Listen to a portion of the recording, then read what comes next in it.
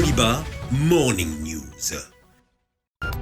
Ce mardi, c'est la fête de l'Aïd el-Kébir. Que signifie cette fête? Vous aurez la réponse dans ce journal.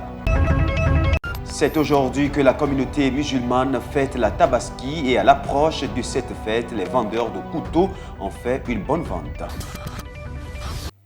Mesdames et messieurs, bienvenue au journal sur Joliba TV News. Joyeuse fête de l'Aïd el-Kébir à toute la communauté musulmane qui célèbre ce mardi la Tabaski, fête de mouton. La Tabaski est la plus grande fête en islam. Comment cette fête est venue et quelle est la symbolique? Élément de réponse dans ce dossier signé Aruna Salia Kone.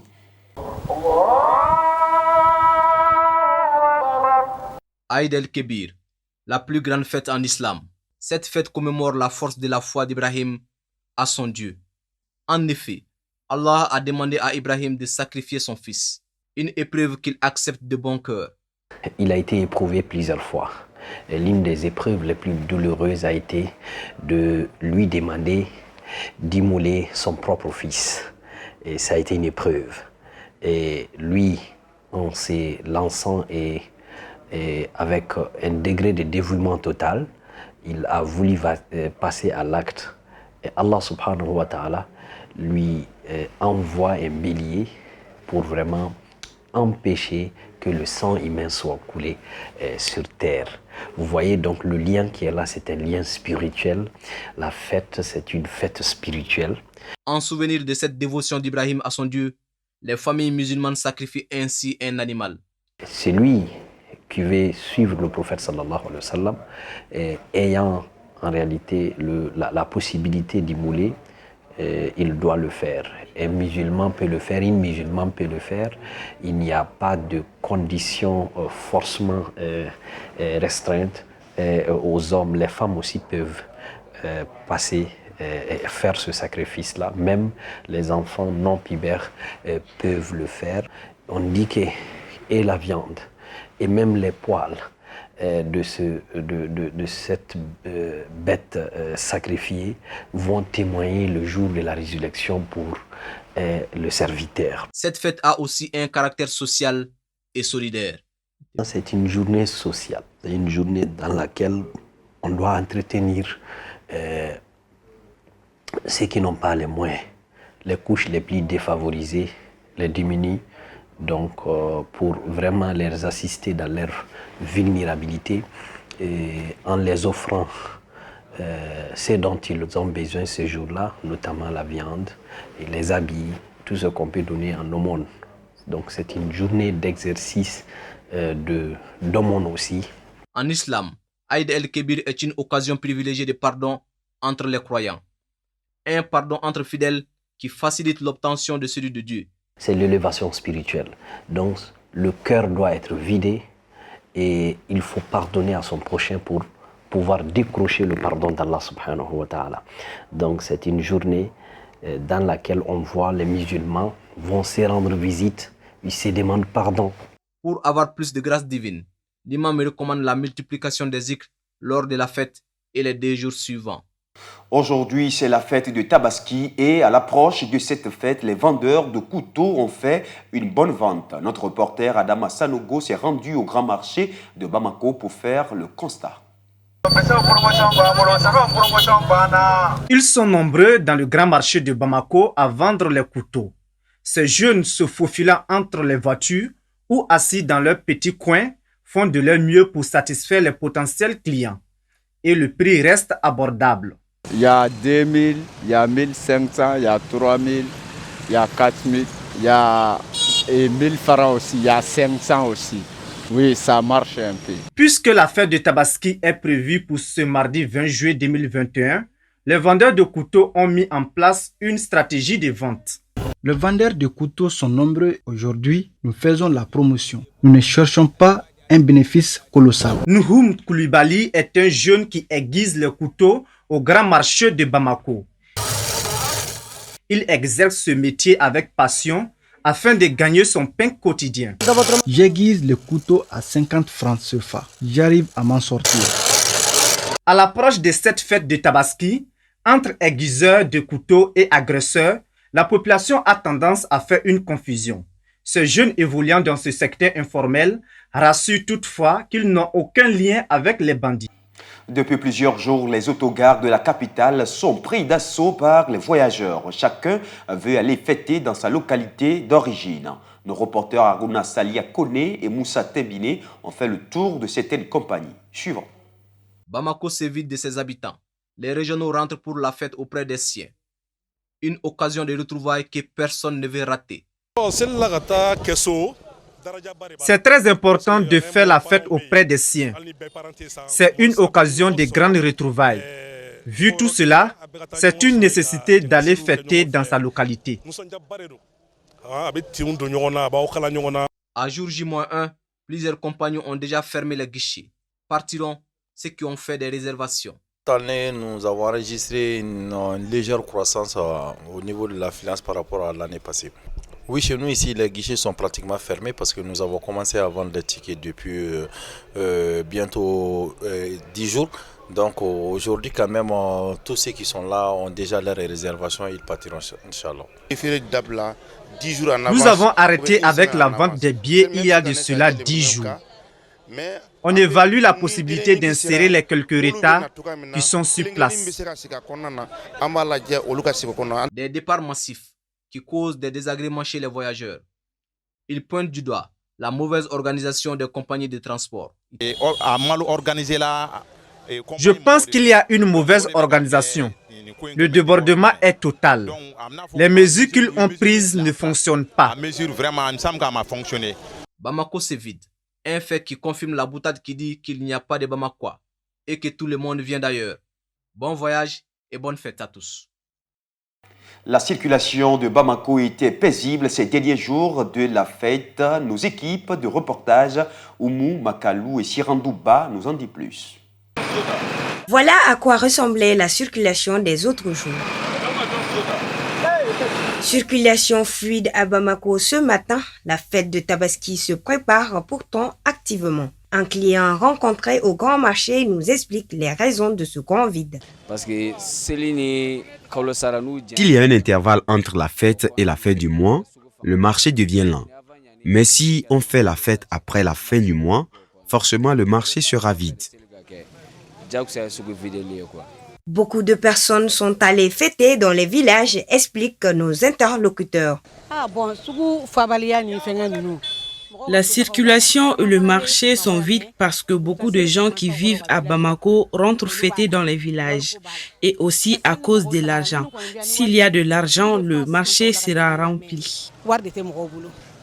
Les villageois sont rentrés tant qu'ils sont là, il y aura beaucoup d'embouteillages. Il reste nous les Bamakois. C'est pourquoi il y a beaucoup plus d'espace dans la ville. La fête de Tabaski est célébrée cette année dans un contexte économique difficile. Le mouton est cher, tel est le cri de cœur de nombreux chefs de famille. Auparavant très rentable à l'approche des fêtes, certaines coiffeuses et tresseuses disent connaître cette année un marché timide. Les raisons, selon elles, sont la cherté de la vie et le désintérêt de certaines filles et femmes. Reportage Fanta Diara, El Hadji Malik Giteya. Nous sommes à la veille de la fête de Tabaski et contrairement aux autres années, les coiffeuses et tresseuses au grand marché de Bamako reçoivent peu de clients. Le marché est timide et cela ne fait que s'empirer chaque année. Ça ne marche pas beaucoup et chaque jour le nombre de clients diminue. Selon certaines, la timidité du marché s'explique par la cherté de la vie que subissent bon nombre de Maliens. Actuellement, la vie est chère au Mali et les conditions de préparation des fêtes de l'année passée sont meilleures que celles de cette année. Outre la cherté de la vie, le port de la perruque est aussi l'une des causes de la timidité de ce marché. Maintenant, beaucoup de filles n'aiment pas se tresser à cause des perruques, car c'est plus facile et économique. Les gens n'ont pas assez d'argent et beaucoup n'aiment plus les mèches. Les perruques sont faciles à utiliser. On peut l'enlever quand on veut faire les ablutions. C'est pourquoi je les préfère. Malgré tout, certaines n'hésitent pas à mettre la main à la poche. Moi, je me tresse à chaque fête car ça me permet d'être belle et élégante. À 24 heures de la fête de Tabaski, l'engouement semble ne pas être au rendez-vous à Bamako. Bonne fête de Tabaski. Toujours dans la foulée de la fête, la lapidation de Satan en arabe, Al-Jamarat, littéralement lancer de pierres sur des cibles où le diable s'est présenté à Ibrahim pour l'empêcher d'accomplir son devoir, est le nom d'une cérémonie religieuse symbolique pratiquée par les musulmans lors de leur pèlerinage appelé Hajj. Durant cette cérémonie, les pèlerins jettent des pierres collectées durant une phase antérieure du pèlerinage sur 3 endroits précis qui symbolisent le diable. L'imam Diallo nous donne plus de précisions sur la symbolique du jour de Arafat. Il est au micro de Mohamed Atayer Alidou. Alhamdulillah, salatu wassalam ala rasulillah. Le jour de Arafat, c'est un jour béni dans l'islam. C'est le jour où les pèlerins se réunissent sur le terrain de Arafat. Donc cela fait un pilier vraiment très important du Hajj. Donc ce jour-là, c'est un jour béni dont le prophète sallallahu alayhi wa sallam nous a parlé. Et c'est le jour dont les pèlerins se retrouvent pour faire la bénédiction et pour beaucoup adorer Allah subhanahu wa ta'ala. Chacun se retrouve là-bas pour compléter les Hajj.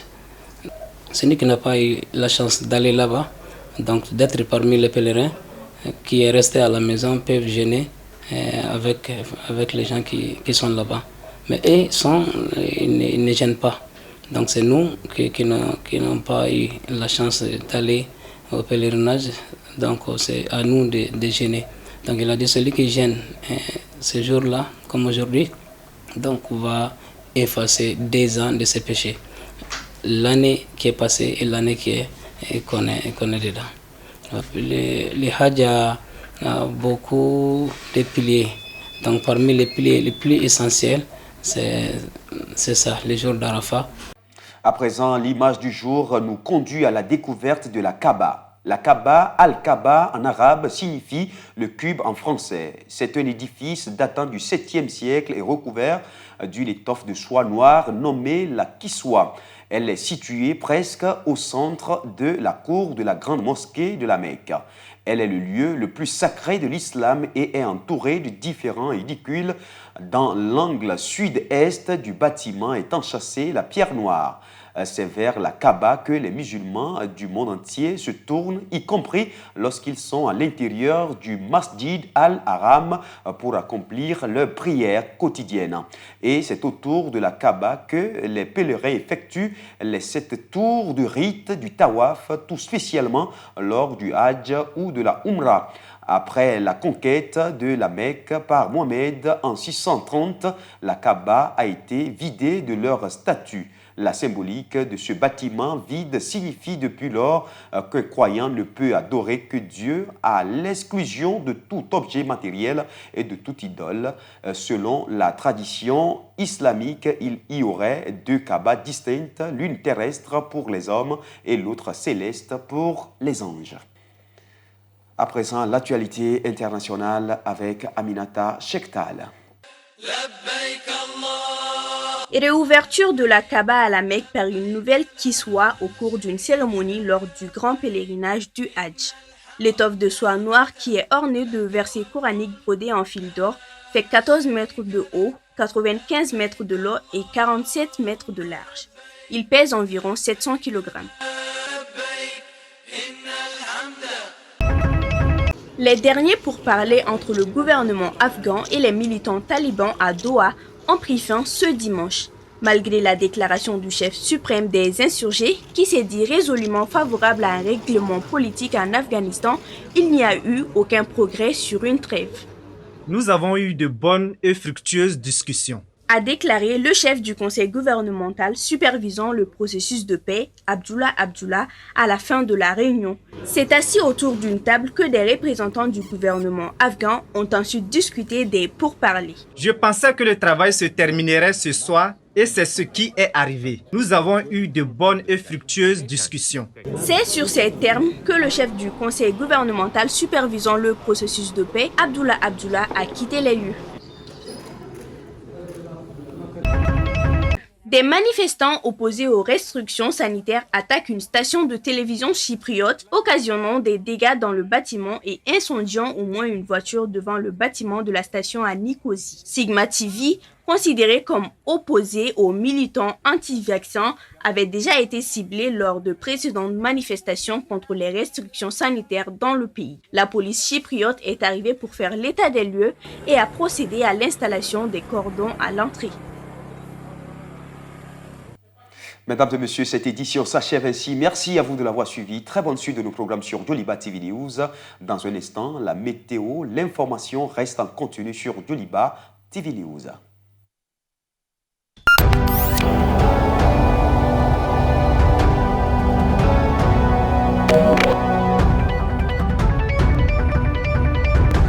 Joliba Morning News.